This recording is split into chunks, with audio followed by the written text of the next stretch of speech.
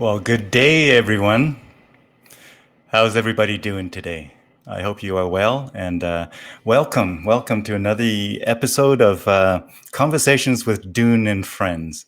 Today we have a fantastic friend joining us, a fantastic guest. Robby Suter is going to join us, and so Robby is a very well-known local musician who is also an entrepreneur at various times and a um, self-employed person and lots of different things. But let me maybe give you a quick kind of introduction here before inviting Robby to join us on stage. And let me just see here. We have some viewers starting to come on. Welcome, folks. And let me just check to see if people can hear us. So Robby Suter is a resilient musician and a hard worker who's very creative about, uh, as well as positive, creative and positive about doing what it takes to overcome life challenges, in spite of all the hardship that he had faced over the years, like we all do. And grew up in West Edmonton area with two older sisters. All three of them took up guitar lessons, so quite a musical family. And when they were kids, taking up guitar lessons, and then he played hockey and got into running and things like that. So very athletic as well. And really, if you think about the bio that is crawling across the screen right now, you will notice that he has quite a journey of various initiatives and various ventures with music, both in, of course, Alberta here, where he currently lives, but also in BC, where he spent a bunch of time there as well. And what I'm going to do is I'm going to bring Robby up, and we can talk about some of these points together rather than me kind of citing them. But really, nonetheless, a very in my mind, a very likable individual. In my mind, a very community-oriented person. In my mind, a very resilient person who despite of the challenges that we all face, he's always positive and he's always looking at finding solutions to that. And so I'm quite honored to have him join us today. So with that, let's join me, folks, in welcoming our guest today, Rob Suter. Now, Rob, you should be coming on stage here. Did I say your last name correctly? Correct me if I got that wrong. That's right, Suter. Yeah, for sure. Suter. Wonderful. 100%. Wonderful. So welcome, and thank you for joining us for the hour here. Now, before we get into sharing some of your stories and whatnot, help me round out the bio that's crawling across there. So at age 17, you moved to Shuswap. Tell us about that. Yeah, when I was 17, my sister and brother-in-law had a parasail business with his brother out on Scotch Creek on the Shuswap, and I was actually considering going to Grant MacEwan for the music program around that time, and I had done some prep work and stuff, but then the option to go work on a beach in BC came across, and I thought, no, I think I'll go do that. I could do music school later, which has never happened, but that's okay. That's life. Life takes us on these certain paths, right? Yeah. So you did Shuswap thing, and tell us about all the various pretty famous singers that you got to work with in terms of creating CDs and things like that we will share later. Talk about Roxanne Hall and talk about others as well as you move on to your musical journey a little bit. Sure, yeah. So Roxanne, I met actually while I was out in the Shuswap there. They were recording her debut album in Celista on the Shuswap, Celista BC, and she's from Kamloops. She's like a folk rock singer, and yeah. So I ended up in the studio there when I was 18 for about 3 months and recording that album, which was a really interesting experience. I was basically surrounded with a lot of at the time, me being 18, but the other musicians were all in their 30s, and they had a lot of sense in composing and whatnot. So it was really good to be around that. Even in terms of my guitar playing, they would give me kind of ideas, how to write a guitar solo without just sort of just playing a bunch of notes kind of thing, and this kind of thing, right? So it was really good experience to be around some older musicians at the time, and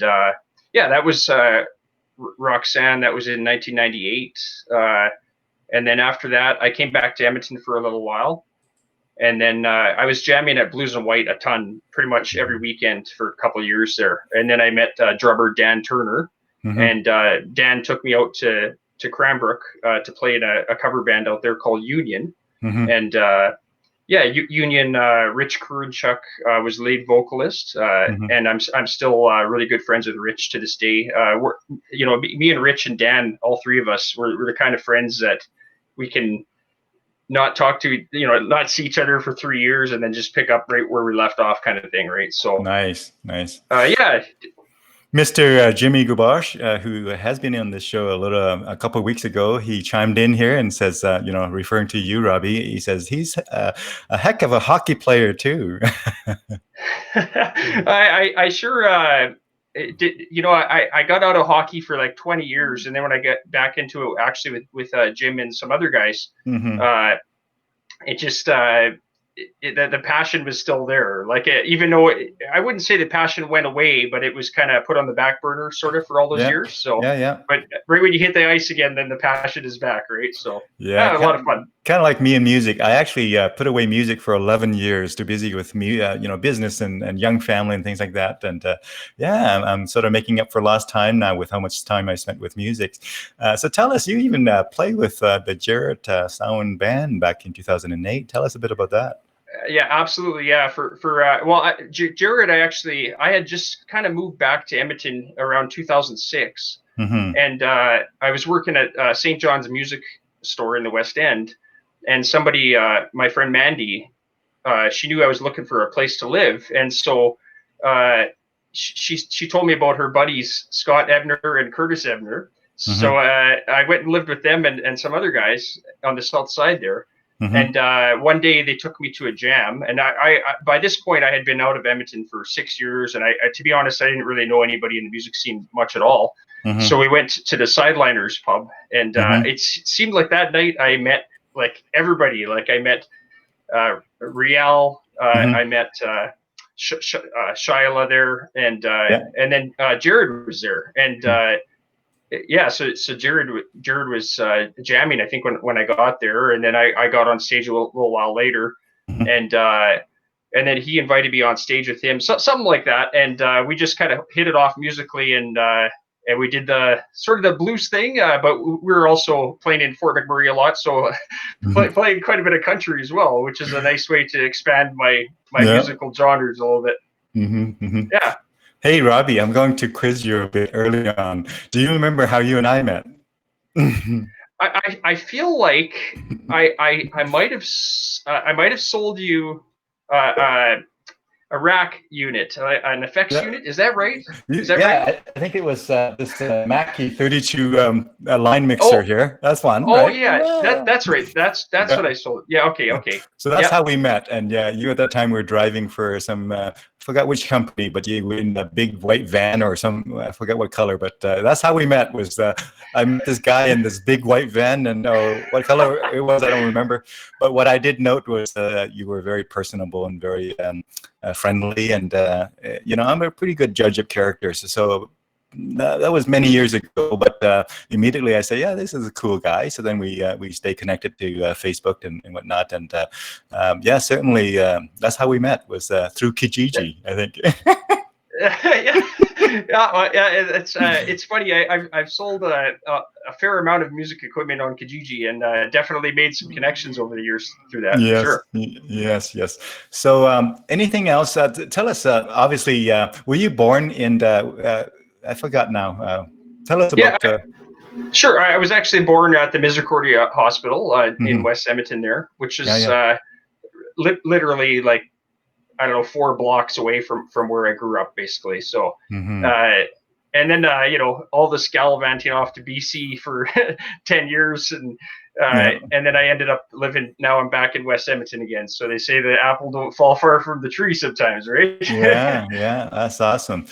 So for our guests, we're going to be sharing with you some of Robby's music throughout the years, whether it's CD that he contributed to or his own music where he fronts, singing, and you're quite a singer as well, my friend. And before I forget, Maybe let's start there. You started something recently that's kind of interesting and cool, and it really took off. And I'm referring to this karaoke thing. Tell us about that. I was probably your second or third member. You started up and you invited me, and I joined. But tell us about that. Yeah. Oh, I'm glad you brought that up. Basically, I had been sort of making some videos with some karaoke tracks at home and stuff around when the lockdown started to happen, right? And my friend Sean, who I grew up with, he commented on one of them one night, and he says, "Oh man, I want to do something like this. Like I've been thinking of doing some home videos and stuff." And I just right in that second, I was like, "Okay, this is like a need right now," because think about all these people that are typically in the karaoke scene and community, and they go into the karaoke bars, and all of a sudden everything's locked down, right? So I thought, well, maybe if I start this page, maybe we'll get like a couple hundred members on it or something like that. And lo and behold, within a week, I think it had 1,500 members, and a few weeks after that, it's up over.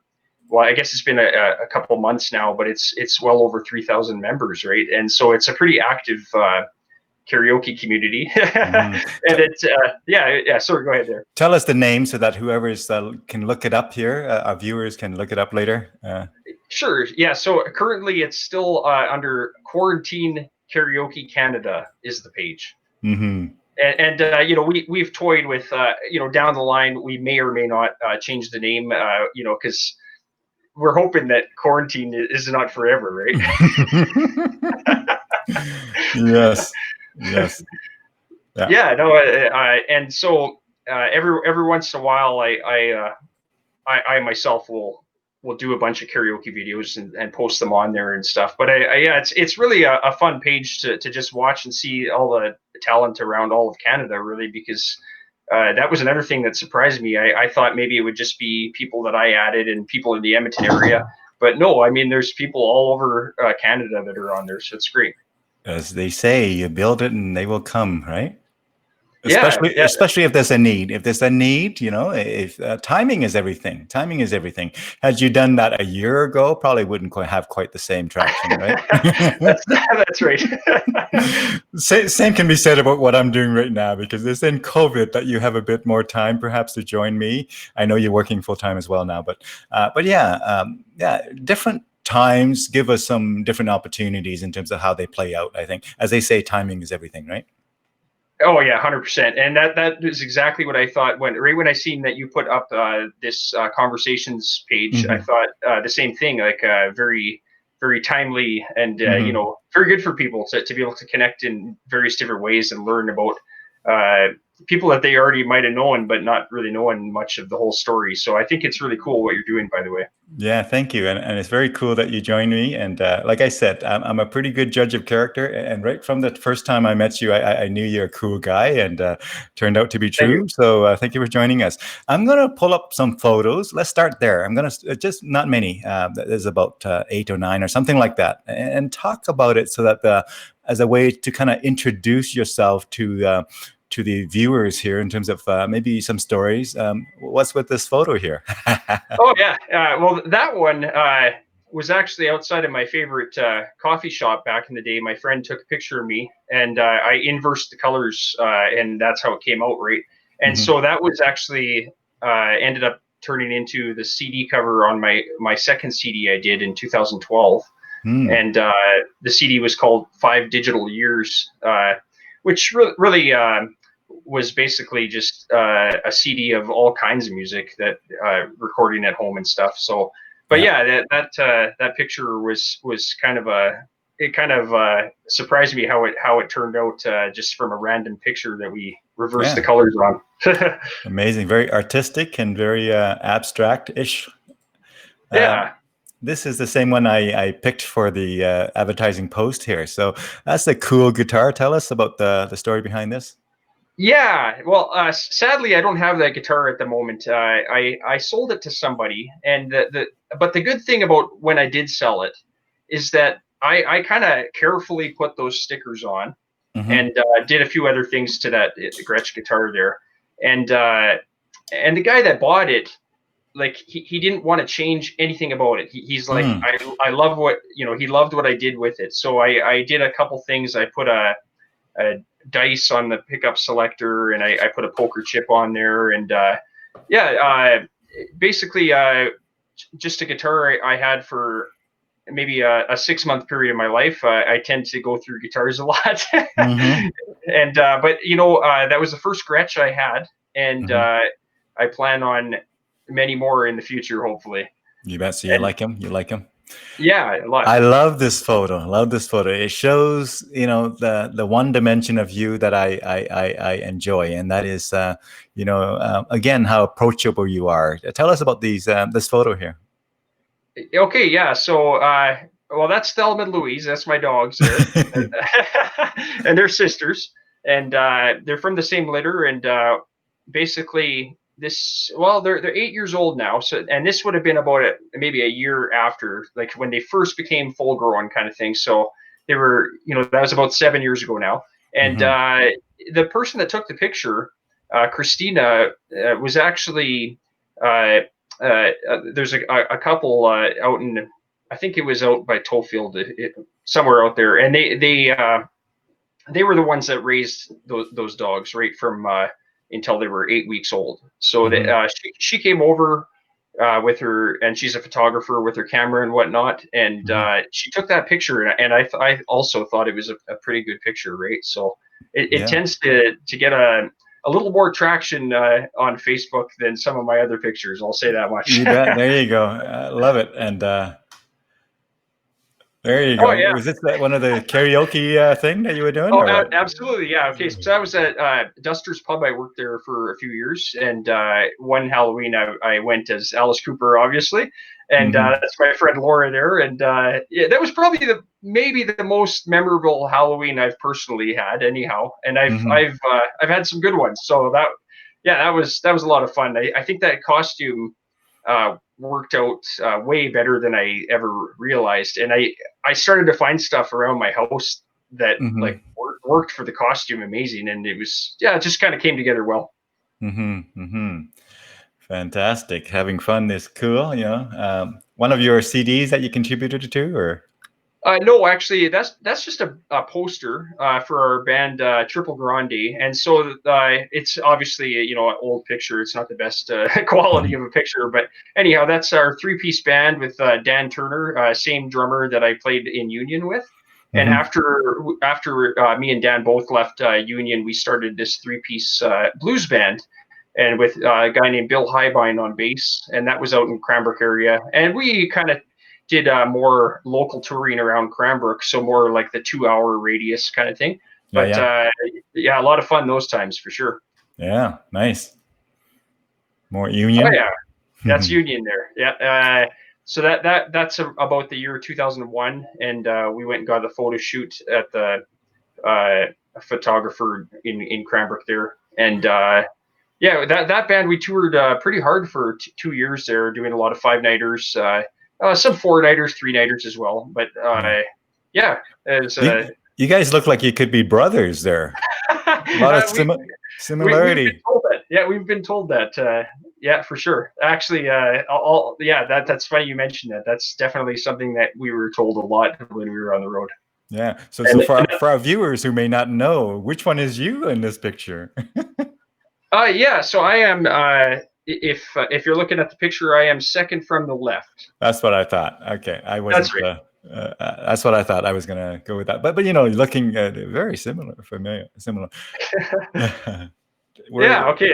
This one here, a little more hair than I had in the previous pictures. Mhm. Yeah, that was with Jared Sound's band, I believe. I think that might have been in Inuvik. I'm pretty sure it was. I was in the arena in Inuvik when we were doing the End of the Road festival there. Yeah, yeah. Fun. Yeah, Cool.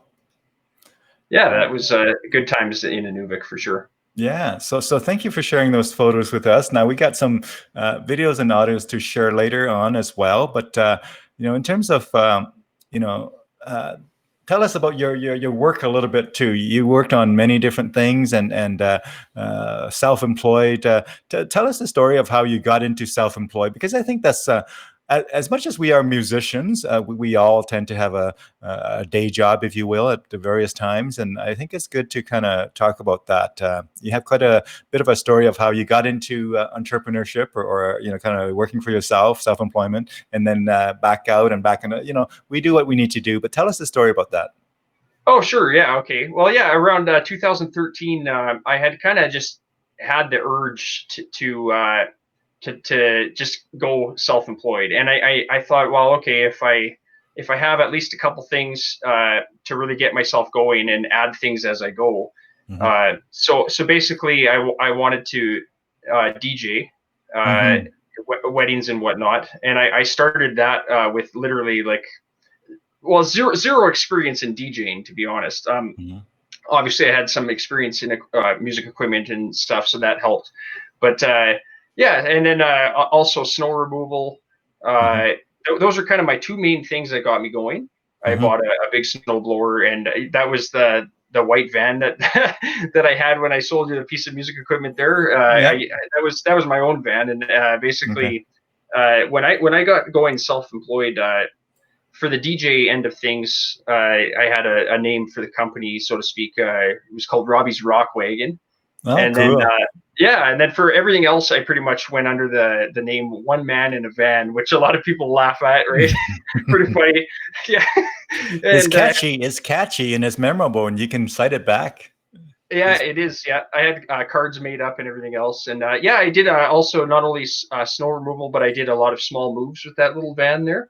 Yeah. Uh, and basically, it was just myself in the van, one man in a van, and that's what they would hire, right? So Yeah. people would want like a reasonable priced move out of an apartment or something like that, and they would be the help, and I would be running the van, and so yeah, it did a lot of that. I had to write down a list today because of the things I was doing during that time. I'm going to read it off. So Sure, you bet. I already said DJ. I was a karaoke host as well. Mm-hmm. Snow removal. I was mowing lawns, Mm-hmm. building dog houses, building garbage can holders. I was doing bottle returns for a hotel. Mm-hmm. So like 50 cents on the dollar kind of thing. Yeah. And flip music gear. I got into flipping books, and I was Mm-hmm. also walking dogs. So I was doing all those things. Yeah. Yeah. And then I did that for basically 6 years, and then an opportunity came up with a pharmacy to deliver medications out on the highway to senior citizens' homes and whatnot. So Mm-hmm. I've been doing that for almost 2 years now. Nice, nice. Time flies. It seems like yesterday when I saw your post that says you started that gig, right? It doesn't seem that long ago. 2 years It, already, it, eh? not quite. I guess it's more like a year and a half. But Mm-hmm. yeah, it's in December. It'll come up on 2 years. It Yeah, does go fast for that's sure. really fast. Yeah. So I want to really, what I get out of that is from what I know of you, you are very creative about doing what it takes to make a living, right? You're not kind of saying, well, I have to have it exactly this way or exactly that way. I'll tell you, those who are adaptive to the situation is going to survive in these challenging times that we are, right? So I'm glad to see that you're very adaptive and you're very humble about it. And you have a vision of what you want in the long run, but you're going to kind of evolve and do what the market dictates. And so that's really encouraging to see. And, as I watch you from the sideline and I see some of the posts that you have, I really pat you on the back for that. Congratulations for being, like I said earlier, resilient, and you've been able to kind of weather the storm and evolve as time changes there. Yeah, thank you. Yeah, no, I definitely. To be honest, there was a time where I was really, even though I was doing all those different self-employed things, I was pretty rigid in Mm-hmm. not wanting to just take on a day job, like Mm-hmm. work for somebody else kind of thing. Mm-hmm. And basically the right opportunity came up, and I decided to try it. And it's I'm liking the job quite a bit more than I even thought I would. Mm-hmm. Mm-hmm. Yeah. Basically, being out on the highway listening to music, Oh I can't yeah. complain, right? Yeah. So Yeah. that's what I love about it. It's also great to plan and if you're into some really planning and things like that, I know one of my fellow speakers who was quite successful as a professional speaker for years, and then came a time where the economy and the whole dynamic of speaking has changed up so much that she was quite impacted, and on the sort of the far extreme of that, she became an employee of a company for a little while, having been a solopreneur and working for herself for a long time. So there's certainly examples of how people have to kind of do what is necessary to make it work, and then she, in her case, capitalize on the return of the economy the way it was, and flying really high these days, much higher than it was before even. But it was definitely one of those, you're cruising along, and then all of a sudden you dip down way down there, and then having to make your way back up again. And she made it quite a bit higher than she was previously. So that's a great story. So, in what you're doing right now, you have lots of time for planning and thinking and reflection in the job that you have, which is a luxury that most people don't have, right? Yeah. Oh, absolutely. I do find that with all that time on the highway and whatnot, there's definitely a lot of time to kind of figure out my plan, a lot of plans, and also I also like it for, like I said, the music part of it. I can actually I use it as time to learn lyrics to songs and this kind of thing. So yeah. But I definitely did have some major financial problems for quite a while I was self-employed. Absolutely. As I was constantly trying to chase that next sale, or that next this or that next that, and never really having always just fighting to pay the bills and whatnot. So I think it is something that I would still go and do in the future, though. Like I learned a lot during that time. So it's not like I don't like the self-employed lifestyle, or that I would not suggest it to people. But more so for myself, it got, like you say, actually with the economy, when it went down, it became crazy, because when I was doing small moves and junk removal and all this kind of stuff, basically when the economy went down, all these people that were oil workers and whatnot, they were getting laid off, and they had trucks and trailers, and they became my competition. And so there was so much competition that it went from a place where you could post an ad on Kijiji and get a job within a few days, kind of thing, where all of a sudden, when the economy went down, so many people on Kijiji competing for all the same things, including DJ. Like, when I was DJing weddings, like the competition for everything just went so high, and it was really incredibly hard sometimes to get a job, even within 2 weeks, let alone a couple days, right? So but I think during that struggle, definitely I learned a lot, and I'm not opposed to going self-employed sometime in the future, for sure. You bet. Yeah. Hey, I'm going to show a video. It's the MU Virtuoso composition, Depth of Your Alone. Did you want to maybe introduce that before I hit play here on this? Tell us a bit about that. Yeah, okay. Well, this is during the recording of my second CD I put out in 2012 there. And to be honest, I had been composing the music on a keyboard, but with this EMU Virtuoso, which is samples of basically orchestra instruments and whatnot. And I just kind of let the music take me away a little bit. And I didn't worry too much about the technicalities of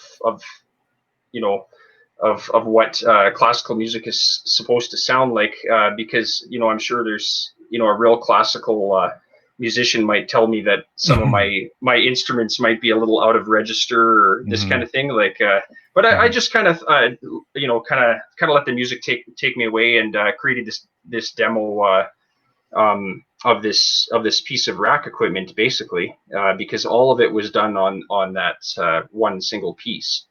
And All right. so, yeah. Wonderful. Viewers, this is an example of Rob's creativity and making use of what he has to create what he has in mind. So he has, in this case, this particular piece of equipment, and he has in mind some classical and various compositions and whatnot that is maybe not typical of what he normally plays. And this is the result of that.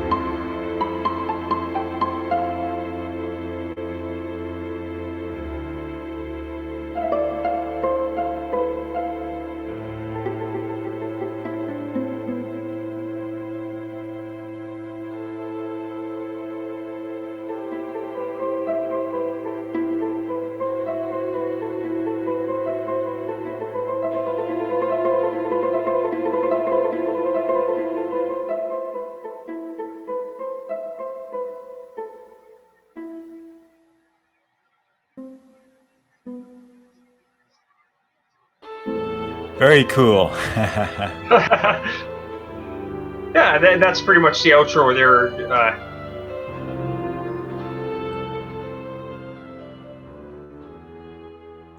Wonderful.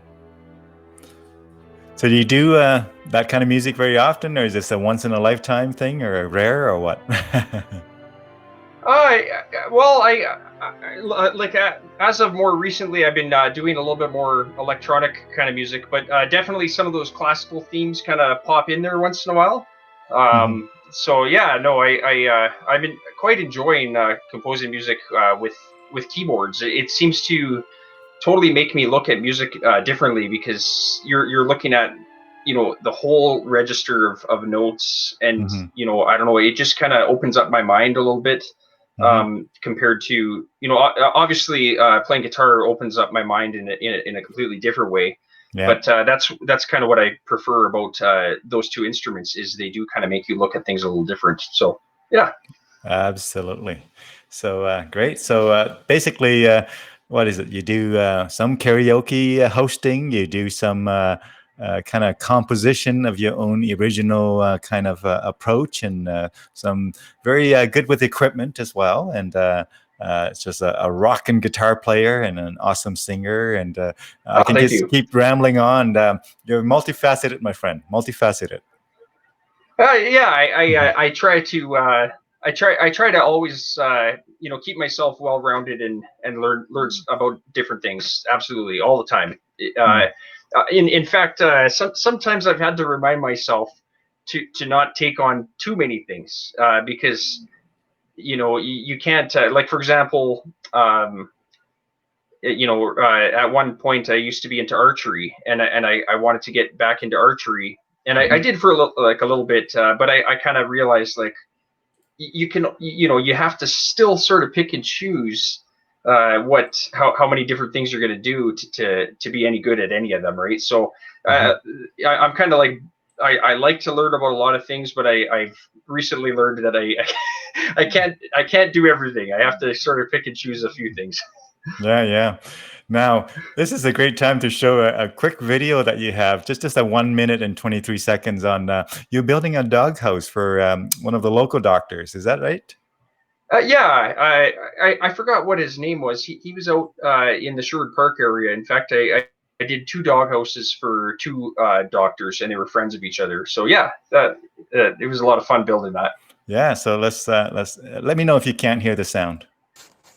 All right, well, it's 6:30. I've been here for 6.5 hours already. Made some progress, but still not done. It's incredible. I've been working on this thing for 5 days. But there's a side view of it. There's an access door there. Okay, so you can open that up and clean out the bedding area, that type of thing. I'll give you a better angle here, down below here. Yeah, there it is there. It's starting to look pretty good. Not quite finished yet though. I've Is that cedar roof? Yeah, cedar sides, cedar shakes door roof. That area, was the first time I glued did all the cedar cedar shakes. on and whatnot. Mhm. And then of course this side here is not done, so but it's starting to get there. Again, there's a side wall for the dog to go around, Nice. get away from the wind type thing. The whole bedding area is insulated with panel insulation. You can see some of it up there. Look at that. This is the inside of it here. So yeah, it's coming along slowly but surely. Again, I'm surprised how long I've been at it here now. This is the 5th day in a row. Didn't help that it snowed on me when I was starting to assemble the walls and paint the floor in my backyard. But I should get this done the next time here. Next time. Yes. Yeah, So that was. Sorry, go ahead there. so that's one of your gigs that you had for a while, and I suppose you still do them if there's need and whatnot. But you kind of busy with your full time work now. But for a while, this you did quite a few of these, right? Yeah, I think I built maybe about 6 dog houses in total, Hmm. and I also built garbage can holders, Hmm. and I built quite a few of those. I remember a funny little story about that. I was telling my dad about these garbage can holders. I was walking down the alley near my house one day, and I seen Hmm. this really nice design, and I went over there and I just like wrote it out, like I measured it, and I wrote like how this guy did this, and Hmm. I told my dad, I says I'm gonna try to build a garbage can holder and sell it and flip it. And he wasn't sure if it was a very good idea. It was basically he thought it wasn't, maybe not a good idea, that I might not sell it and whatnot. But Hmm. I ended up selling like over 10 of them. Hmm. Over time, I sold quite a few of them. Yeah. Yeah, so I think there is a market for some of these smaller carpentry items, that are kind of they're not huge projects. It's not like you're building a garage or something, but dog houses, garbage can holders. I seen on Kijiji the other day somebody was building cedar planters, like really nice custom cedar planters. Yeah. Yeah. And so yeah, there's a market for that kind of stuff for sure. Yeah. Hey, I want to show a clip that one of the kind of the venue kind of host taken of you. It's he says Robby rocks. So tell us about that clip before I roll it here. Oh, sure, yeah. Well, this is a few years ago at Blues and White, and originally when I started going to Blues and White was right when I was 18, and I went there almost religiously for 2 years every weekend to the jam. And but this would be a jam, a few years ago, maybe about 5 or 7 years ago, something like that.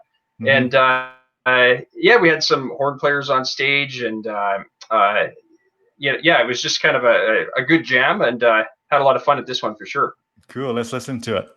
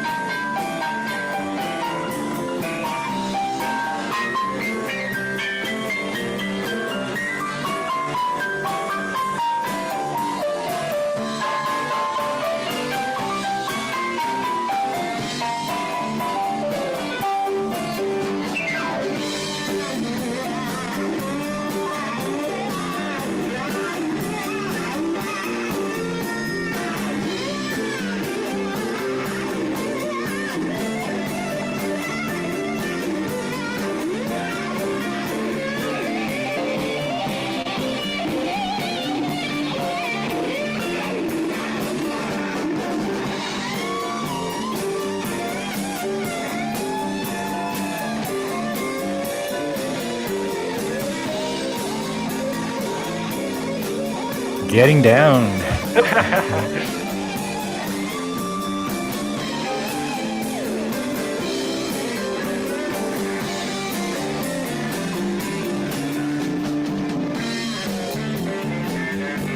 Oh, Stefan. Haven't seen him for a long time.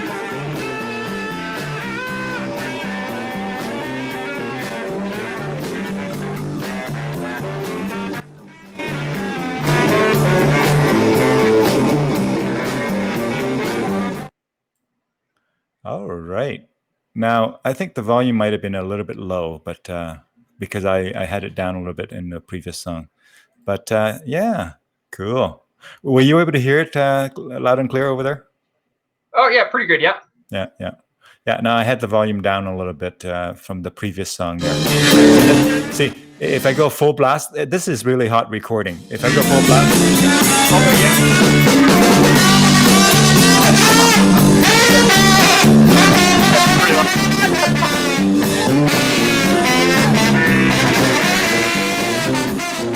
Yeah. Well, and that's Blues and White right there. It's so loud to begin with. I think you could hear even I guess it was Dan, the host Dan, was taking a video. I'm pretty sure, but it was almost overdriving the camera, right? Because it's always so loud in Blues and White. Yeah, we can tell that. That's pretty hot signal coming through there. So lots of fun at Blues on White, and yeah, cool. So that goes back what 20 some years or something like that since you've been going there. Hey, it's Yeah. Actually, well, I guess technically 22 years when I mm, first started going there. And yeah, but yeah, this is about like I say, 7 or 8 years ago, something like that. yeah, yeah, But yeah, I definitely I kind of consider Blues and White like a little bit of a home away from home. It's kind of that one place that I always go back to. Like even if hmm I don't go there for a few months or something like that. yeah, Whereas some of the other pubs around town that I've been to, I might go a few times to a jam and then I don't know, just not end up back there or something like that. yeah. But yeah, Blues and White is just it's just that one place that from day one for me and right up till now, I still end up going back there. So yeah. Yeah, yeah, very cool, very cool. So tell us before I show the next video clip here. Tell us about your musical journey. Is it mostly how did you go? Was it rock to blues and blues back to rock, or where did all the journey took you?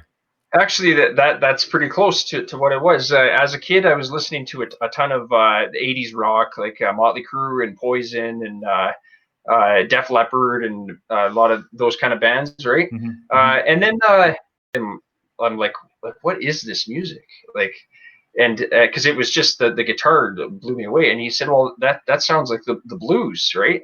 And so then I realized that I had been listening to a Sunday night blues program. And I jumped on every Sunday and listened to it on the radio and really started to get into the blues at that point. That was when I was 13 or 14, something like that.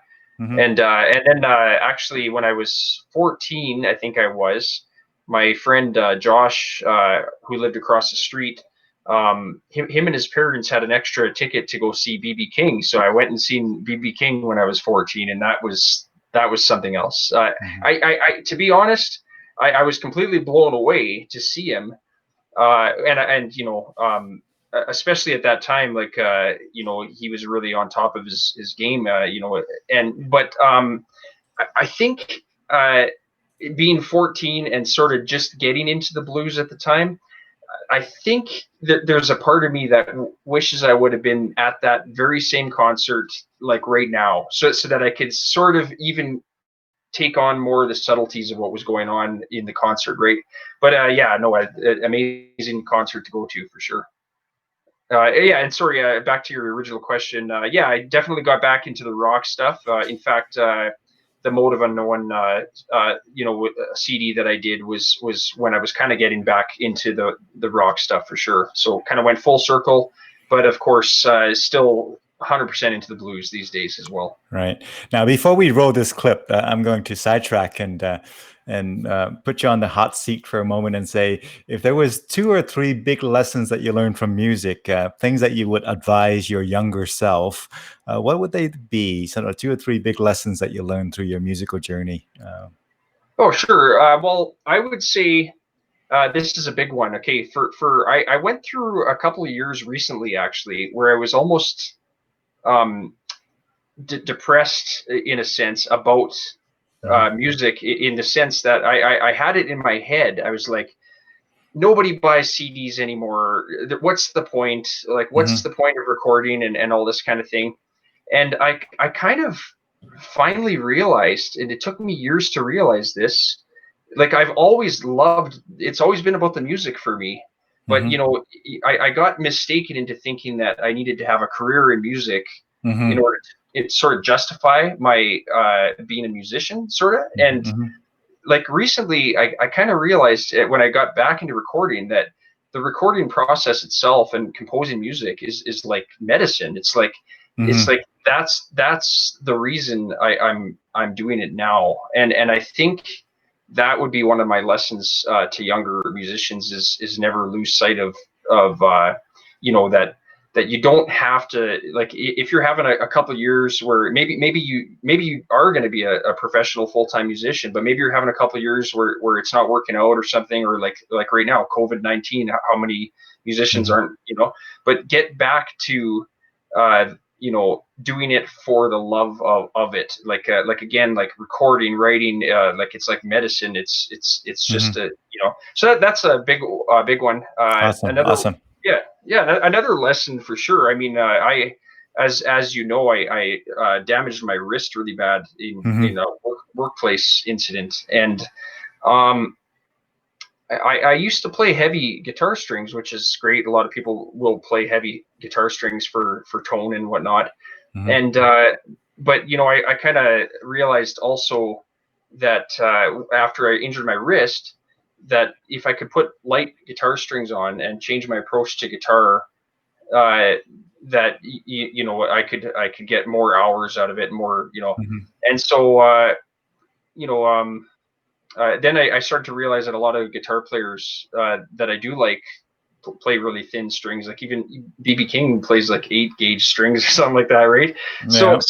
So not to get too hung up in some of these things that things that go around online, and like people will just swear you have to play heavy strings, but people will take it to such an extreme that it'll actually maybe even cause some damage to somebody, right? So I mean, make sure that your instrument is comfortable. That's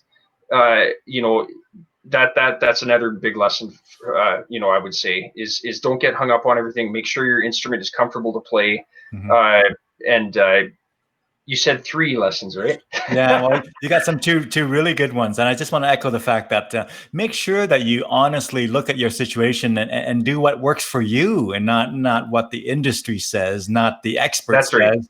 right. Make sure, again, in leadership we call it situational analysis. Now that seems like a big 2-word, but situational awareness. Like, what is your situation, and how do you make the best of it, rather than to kind of ignore your current situation. If you got an injured wrist and you still want to play a lot, well, you got to, what gives. It might be, lighter strings is the way to go versus I have to use, thick string for tone and whatnot. It's all, some of it 100%. Is a myth anyway, right? 100%. And actually, Jennifer, I hope I'm pronouncing her name right. Jennifer Batten. I'm not sure. She right. is the guitarist. No, I'm okay. She is she was a guitarist for a while. She played with Jeff Beck's band, and she also played with Michael Jackson back in the 80s. And so she's on my Facebook. And I remember a discussion she was having also about guitar string gauge, and she plays light strings, and she is like phenomenal guitar player, one of the best in the world. And so we got into that discussion about guitar string gauge, and I was just happy to be talking to her, period. But she agreed with what I said on that for sure.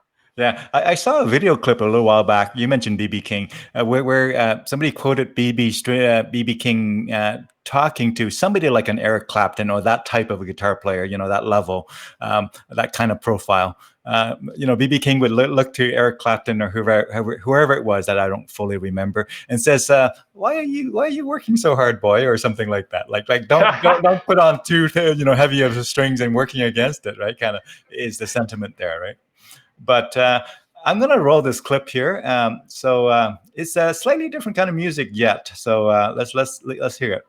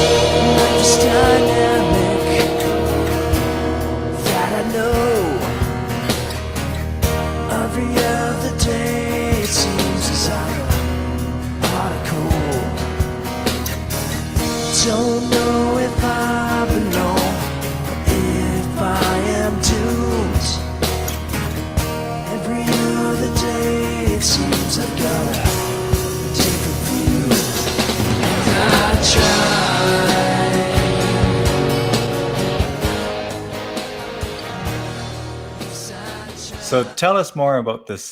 This is it a CD or? It is, yeah. So that was my first CD I did sort of on my own. I hired a couple of musicians to help me with it. So notably Dan Turner, the drummer I played with 2 other bands with. He's the drummer on this CD. But mainly it was songs I wrote when I was living in Cranbrook, and really, to be honest, that era of my life, like totally depressed. Totally having girl problems and whatever, and drinking too much, to be honest. The sunny coast doesn't solve all of human problems that we have. Is that what you're saying? Well, no, and I wasn't on the coast. I was in so Cranbrook is actually south, like the most southeast area sort of BC. Okay. And I did like it, but no, you're right. The grass isn't always greener on the other side. No, it was funny because I guess this CD specifically was probably a really good outlet for me, because I was going through all those problems, and just like at that time, being in my mid-20s and stuff, and getting carried away and drinking a little too much, at the bar with the friends and stuff, and which probably was fun, in the bar, but it's not fun when you have depression and afterwards, after the bar, and so that CD was definitely kind of a little bit dark sounding throughout it. And I wrote the whole thing on acoustic guitar in a park, actually. The whole thing, all the songs. Well, there's only 9 songs, but still, I wrote them all on acoustic guitar in a park in Cranbrook, and it actually allowed me to create the CD, like the rest of the music.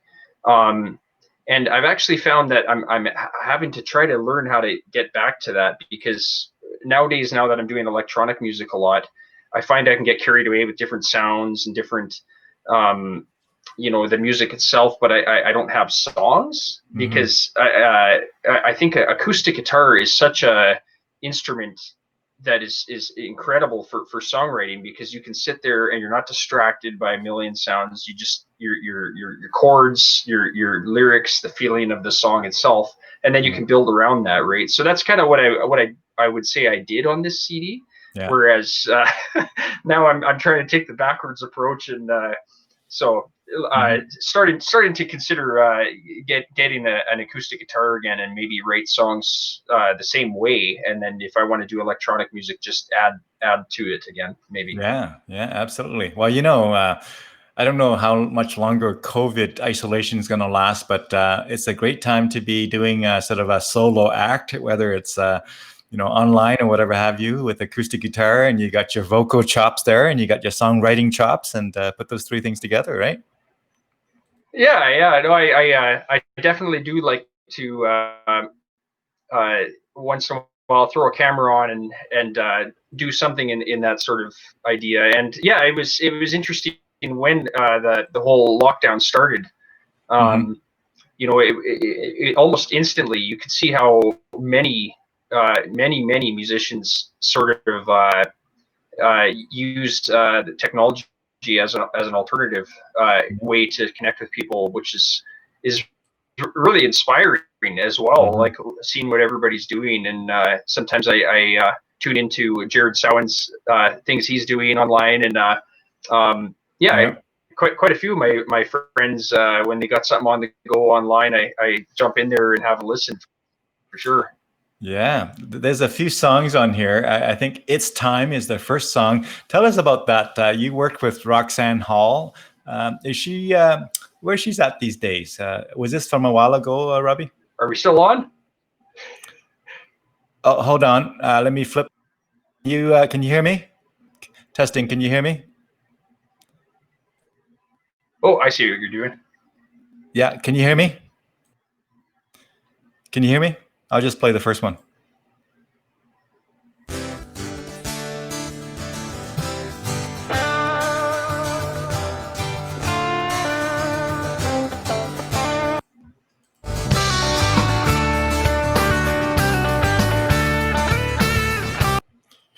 Can you hear me, Robby? Can you hear me? Can you see me? Let's figure this out here. Can you see me over here at all? Can you, let's see. Technology, right? The interweb of things.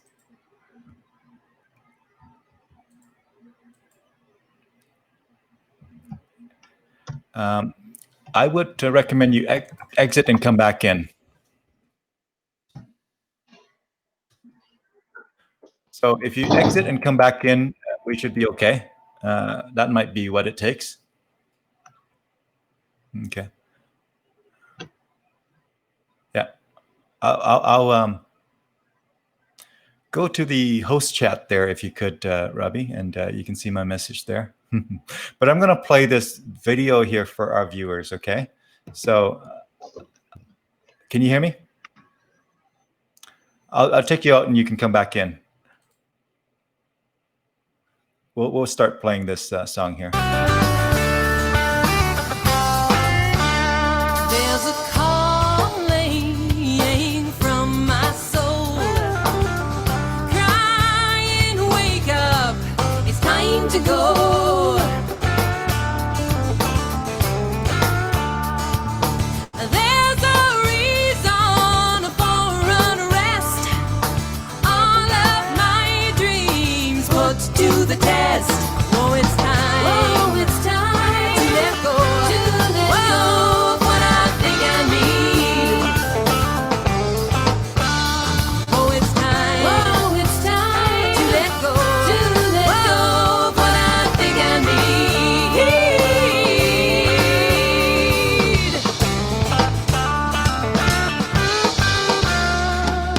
To the mother inside us all, we must hearken to her call. Back to the earth, one with the land. The secret life, it's in our hands. Oh, it's time. Oh, it's time to let go.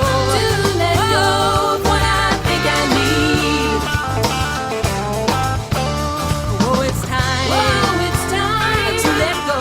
To let go of what I think I need.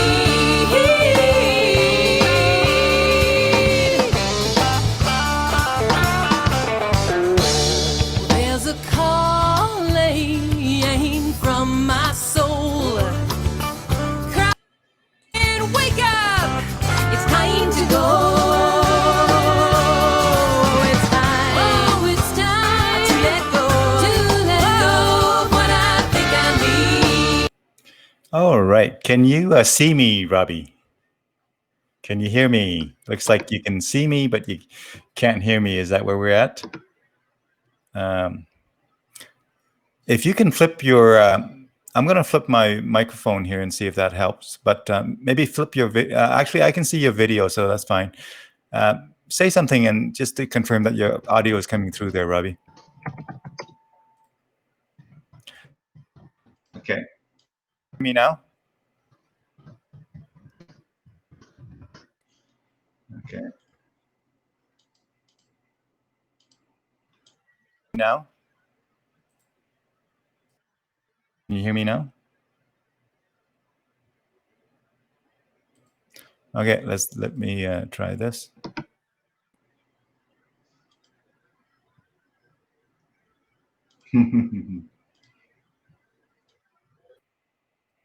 All right, so Robby, looks like you've exited there, and hopefully you'll come right back. So our viewers, we're going to continue the conversation here, and on our way to kind of move beyond this glitch here. Robby, hopefully you can hear me. All right, I can hear you now.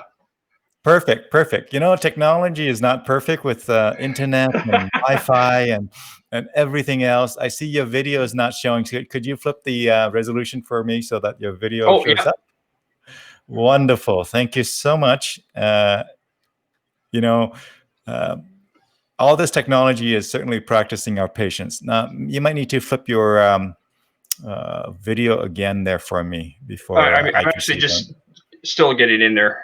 It's you bet. Perfect.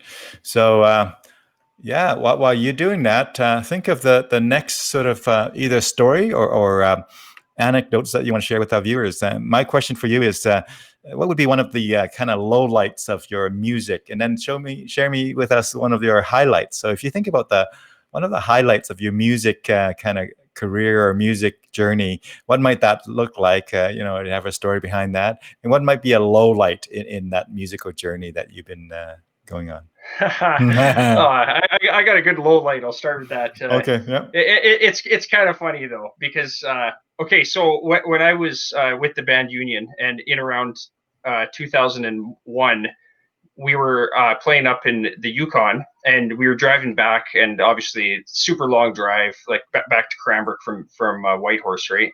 So we had driven what seemed like 15 hours, and we were still like in I don't know, one of these extremely North BC communities, and it was just like nobody lived there, and we got this hotel room, a couple hotel rooms, whatever, and it was actually my birthday, but I didn't really go on and tell. I didn't even tell my band that it was my birthday, but I got into the hotel room, and I turned the water on in the sink, and the water started coming out.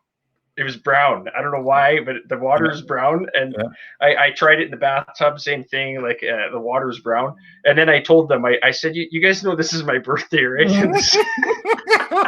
Yeah. And they were like, oh man, Robbie, you didn't tell us that.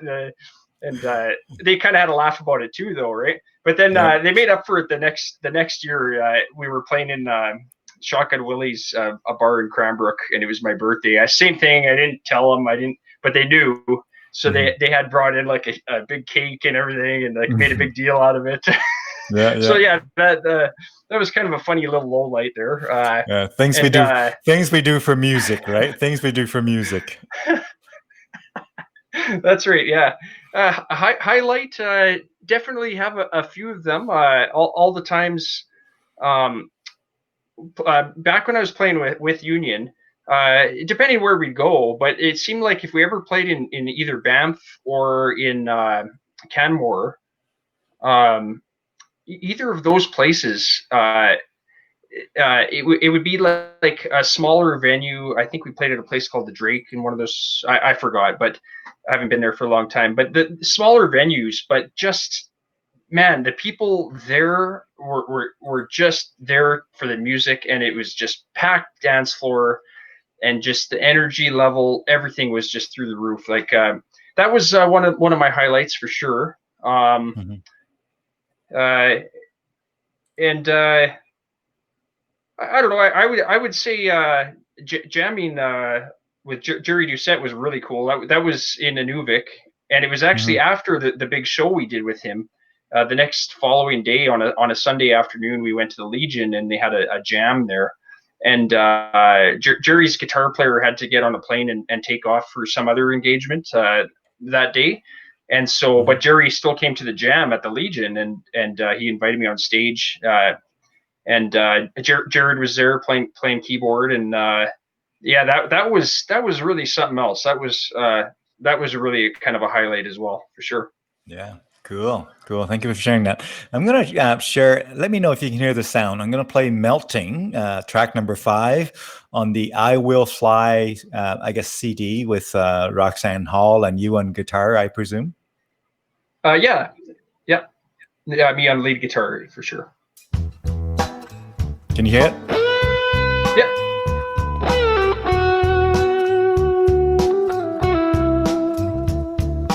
I was just thinking of you when you called on the phone. Daylight, lightning flashing in the sky. Never felt this way before. There's more to you than meets the eye, and that is why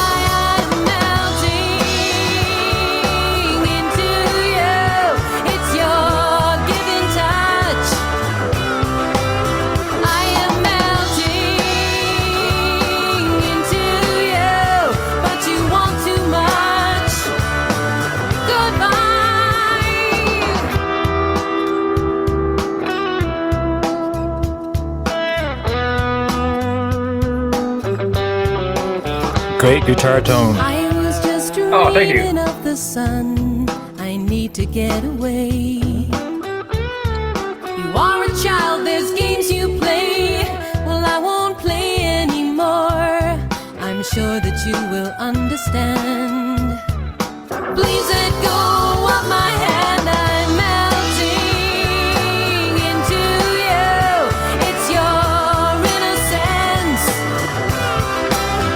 I am melting into you, but it makes no sense.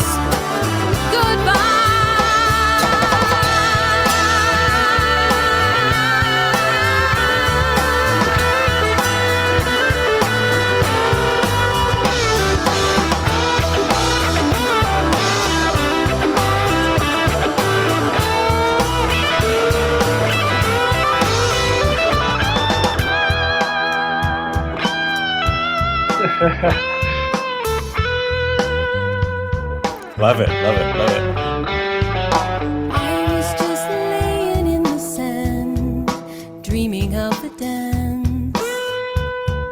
You take a chance just like the water, then there you were on the floor, looking at me with those eyes. It's no surprise I am melting into you. It's those loving eyes. I am melting into you. There's no disguising it. I am melting into you. It's those loving eyes. I am melting into you. There's no disguising it.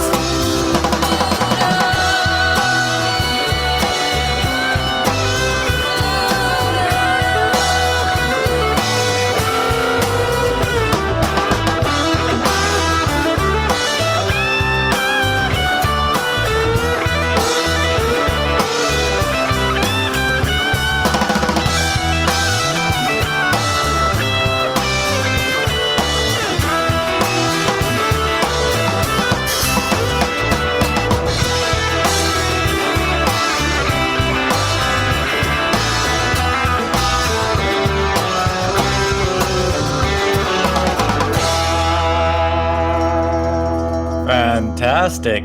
Ah, thank Love you. that. Yeah. Love that That's- sound. Now this was 22 years ago, 1998, right? That's right. Yeah. I can't Wow. believe it's been 22 years, but yeah. You're an old man now. I'm getting there. That's cool. So you played on every track here, I presume? Well, no, actually, I played on. I think it was 6 of the 11. Is there 11 tracks on it? I 11 forgot, tracks, yeah. yeah, that's 11 great. tracks. I played on 6 of them. That's and awesome. yeah, it was a really cool project to be around, and Yeah. really, when I look back at it, you know, I find it to be like I'll go a lot of years and maybe have listened to the CD or whatever, and then I'll start listening to it again, and I'm like really happy with what came out of that CD, because Roxanne's voice is just powerful. Her songs have some meaning to them, and you know, the whole production of it is really something that I can listen to now, even though it's something I did when I was 18 years old. You know? I don't cringe when I listen to it. I'm like, okay, it's you know, they kind of got it out of me. They got some. That music, the way you guys have it, is timeless, my friend. I can listen to that when I'm 80s and it still sounds good. You know, that's really timeless music, the way you guys laid it down there. It's awesome.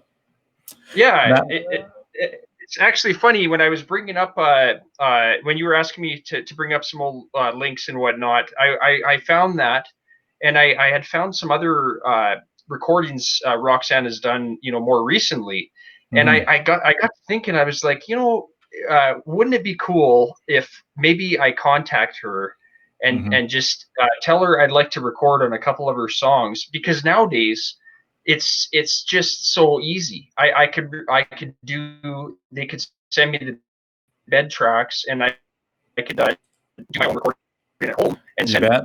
my tracks to her and they go right. So yeah, that's Yeah. something I kind of got that idea after you asked me to dig up some old stuff there. There you go. Cool. Well, thanks for sharing that. Now I'm gonna put you on the spot again, surprise you a little bit.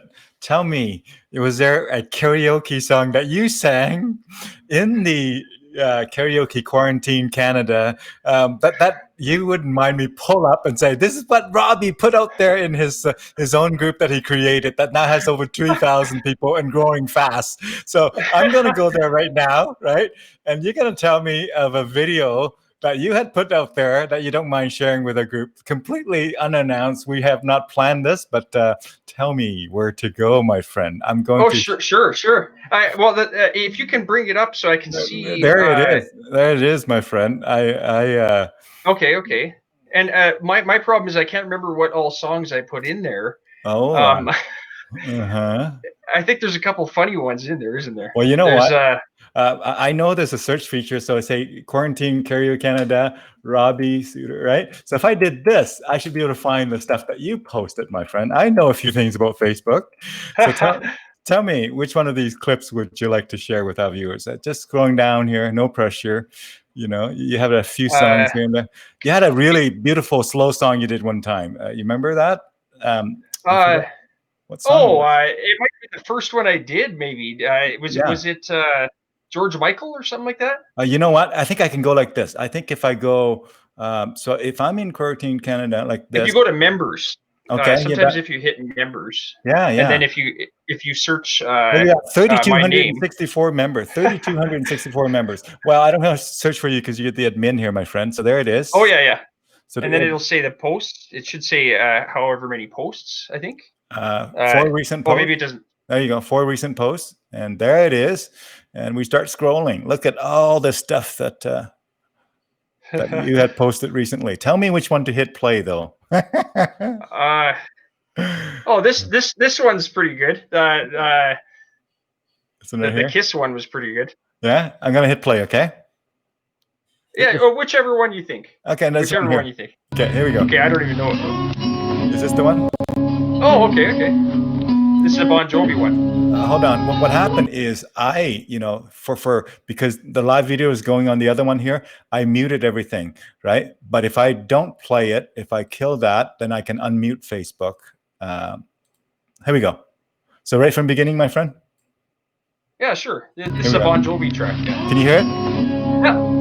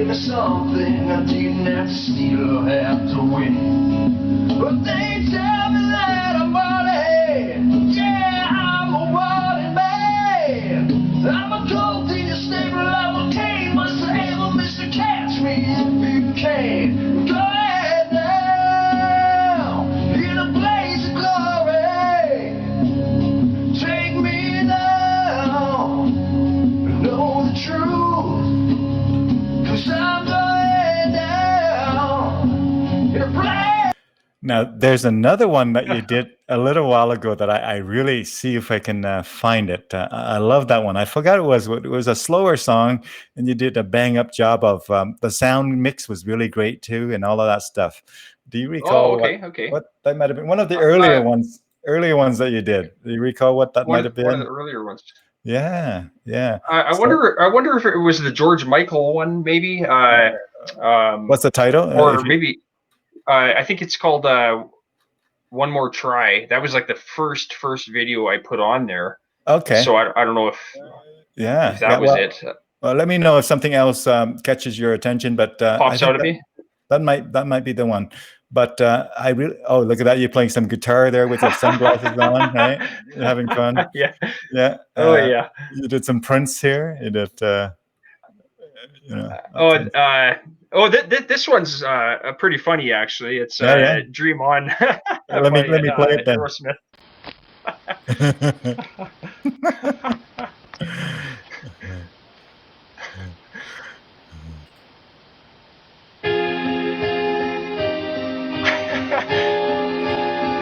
I remember my friend Randall was laughing at the walk that I do to the mic. Yeah. It's a pretty serious walk to the mic.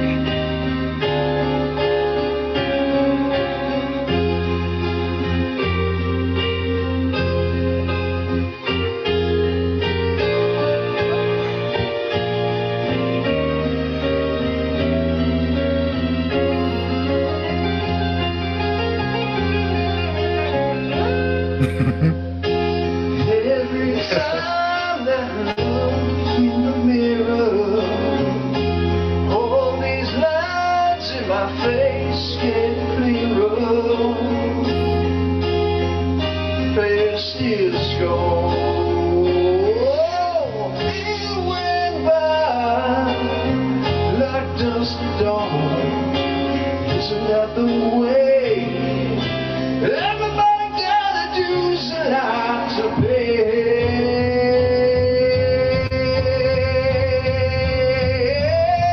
I know nobody knows where it comes and where it goes. I know everybody sings got loose to know how to win.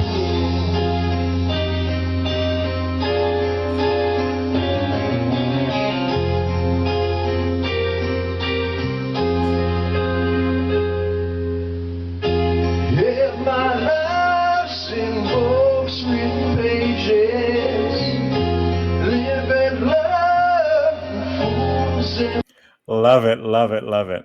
No, let's go down. Oh, you know what? I went a little bit too far. Let's go down and see if we can find a couple more, and then we'll move on from. But basically, these are. Tell me if one jumps out at you that you want to hit play on. Okay, I'm just gonna kind of. Sure. If you could read any of the titles, I can't really see the titles of some of them. But well, let me read the title here. Let's see here. We got.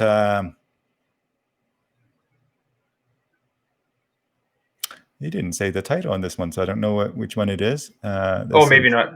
Oh, okay. I think the very top one was kind of an R&B song that I did like last week there. Yeah. It's not a bad one. When we hit play? Yeah, we could. On the very top one, yeah, sure. Is that the one? I think the video on my end is. Yeah, that's the one.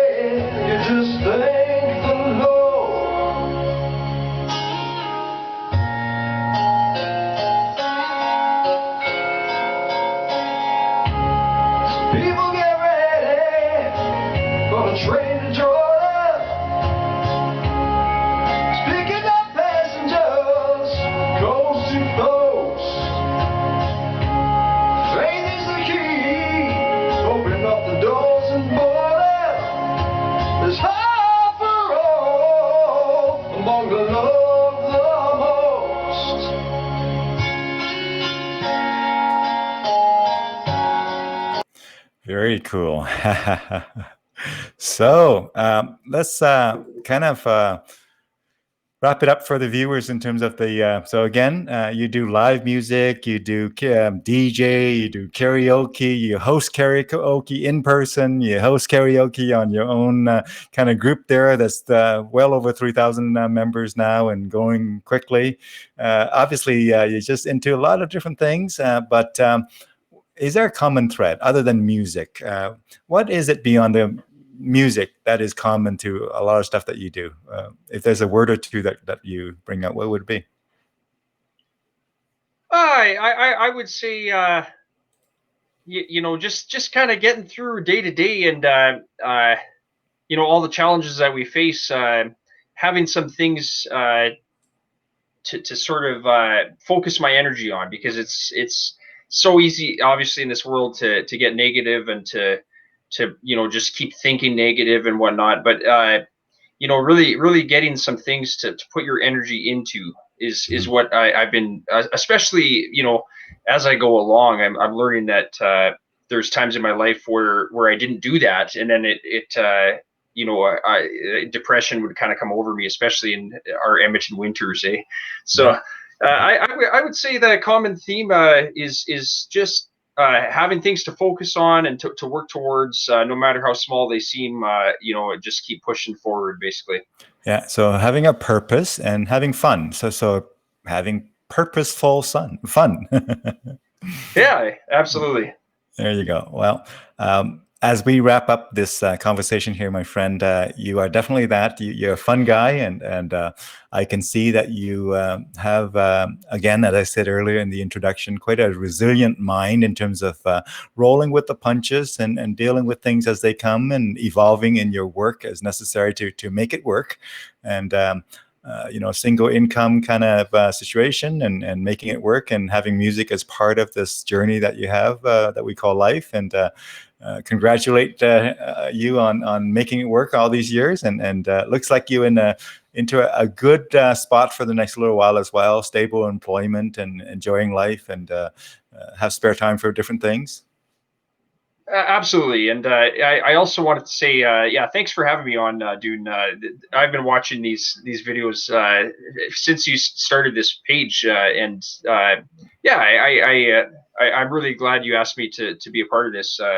And I'm looking forward to all the videos coming up as well. So I like your schedule. It's nice to check out and look at and see who's on, and get to know everybody a little better, for sure. You bet. Yeah, including yourself, by the way. You bet. Thank you. One reason I did this is to kind of just add to the community connection, right? There's an opportunity to connect with people who otherwise would be kind of too busy prior to COVID and to kind of focus on what they were doing. So COVID has sort of kicked us out of our normal operating mode for a little bit, and I figure it's a good time to kind of squeeze this in here, right? So. Totally, 100%. It's funny and ironic that such a bad thing in the world, certain people are able to take that and do something positive with it. And absolutely, that's what you've done here, for sure. Well, thank you, my friend, for being part of it. And as we sort of close off here, I'm going to put you on one more kind of thing here. Tell us 3 words that resonate with you, that you want our viewers to, if they forget about all the details and all the musical clips that you shared, what are 3 things you want them to remember from this conversation? 3 words. 3 words. Yeah. That one's got me stumped, actually.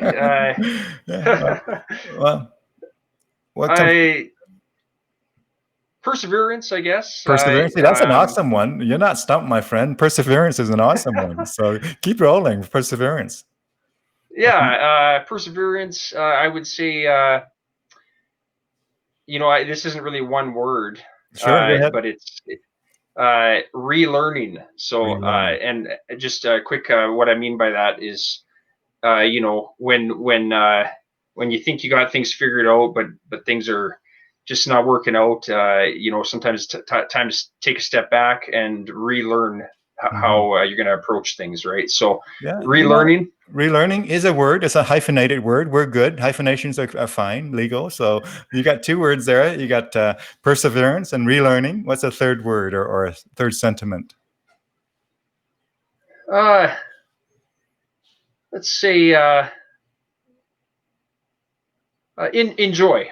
Enjoy. And what I mean is just find some way to have some sort of joy in your life every single day. And whether it be getting out for a walk with your dogs, or going for a run, or listening to some music. Oftentimes, when you're in a bad state of mind, sometimes a little thing with running actually is they say the hardest thing about running is tying your shoes, and I really do believe that. Once you got your shoes tied and you start to get out on your run, it is the best thing for you. Like so I would say enjoy is my word there. Like do something every day, even if you're not if you're in that bad headspace and you can't see yourself, you don't want to do it, but if you start doing something to enjoy your life every single day, it'll bear some good fruit for sure. Well, those are awesome words of advice and reminders for us, my friend. And let me just reiterate or repeat what you said here, echo what you said.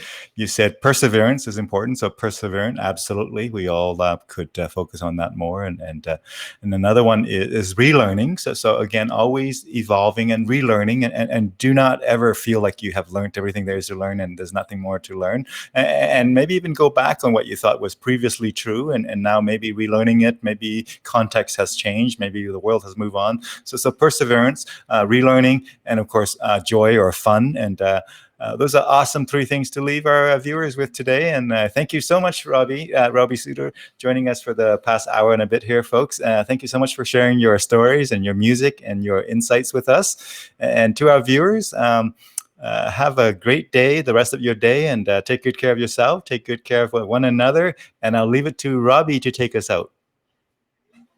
All right, you guys. Yeah, thanks so much for tuning in. Maybe you're tuning in now, or maybe you'll tune in later. But regardless, thanks for watching, and I'm looking forward to everybody else's videos that are coming up, and still going back and watching a few that I haven't seen yet. So I'm really enjoying all of this, you guys. And thanks Dune for putting this together. And we will see each other, around in the music scene, I'm sure, coming up when things open up a little bit more. You bet. Wonderful. Thank you, Robby. Thank you.